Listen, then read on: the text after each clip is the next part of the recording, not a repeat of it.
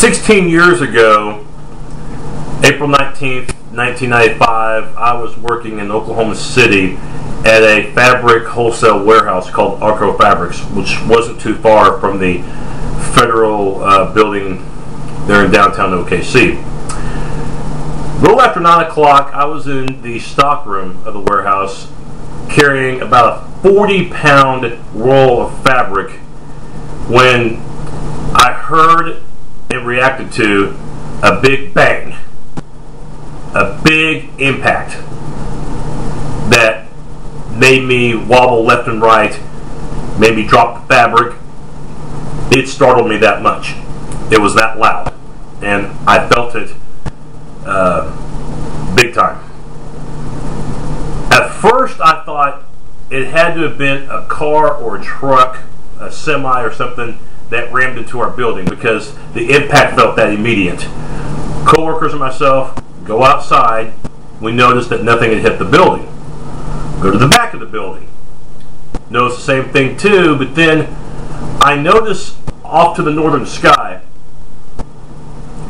I noticed a lot of smoke and a lot of fire.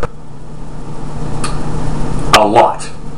And I knew at that point something major had happened, but of course at the time didn't know it was an act of terrorism.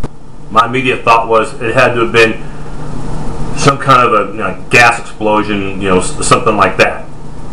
Nothing at all deliberate. Well, in the moments ahead, we were watching the local broadcast of what was going on, come to realize that it was deliberate, and to realize as well that something this big was happening not too far from us, was just too much to take in. It was unbelievable. And of course that morning we had no idea. As a matter of fact, that day had no understanding that this was a domestic terrorism act. A lot of people thought initially it was international terrorism. We were being attacked internationally.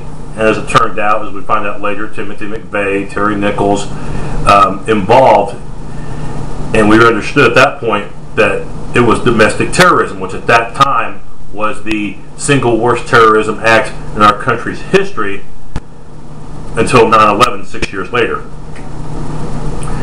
But I bring all this up because on our shows we love to talk about sports, primarily the Oklahoma Sooners, primarily Oklahoma Sooner football. It is a great escape from everyday life. It's terrific.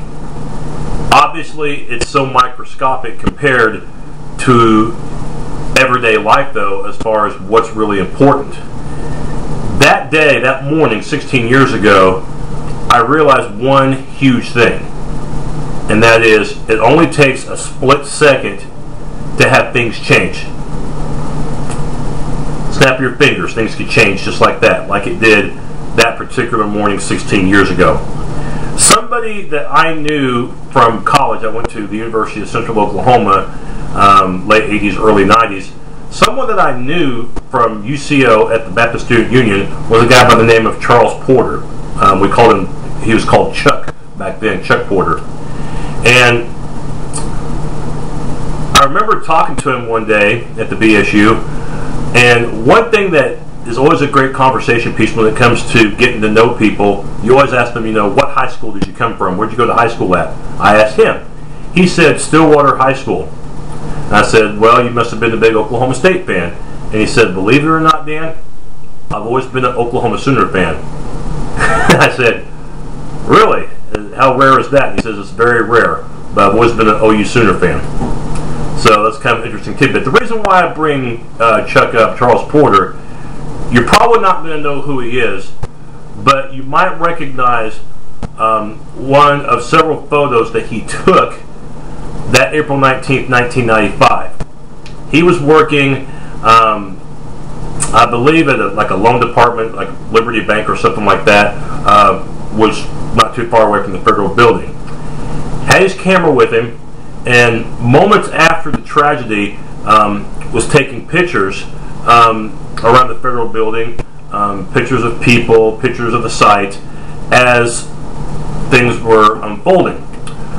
One particular picture that he took is one that's been photographed in Time. It's been in Life magazine. It's been in several publications like magazines, newspapers. It's been seen on television numerous times, especially that year. And here it is. 168 people lost their lives that particular time, including the baby that you see in this picture that the firefighter is holding. 168 died. They say that a picture's worth 1,000 words. I disagree in this picture because I think it's worth more than that. A lot more than that.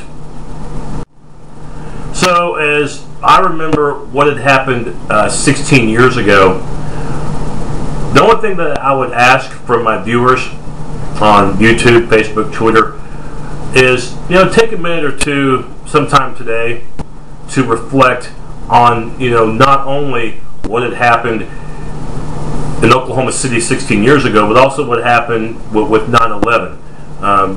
We naturally feel horrible when things like this happen, but I could not imagine losing a loved one, losing somebody very close to me just like that over something that despicable. So maybe say a prayer today for those whose lives were turned upside down forever.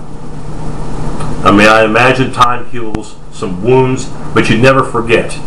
And that's why I titled this particular video, Never Forgetting April 19th, 1995. You never forget events like that from the past, especially one this impactful. We will be back later on this year, probably in July. We'll start our football previews and stuff. I invite you to come back to check that out. But always remember something. Even though we love to talk about football, we love to talk about the Sooners, we have to understand one thing.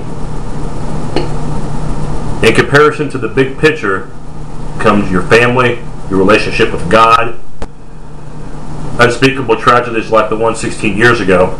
Always remember one thing. Football, it's only a sport.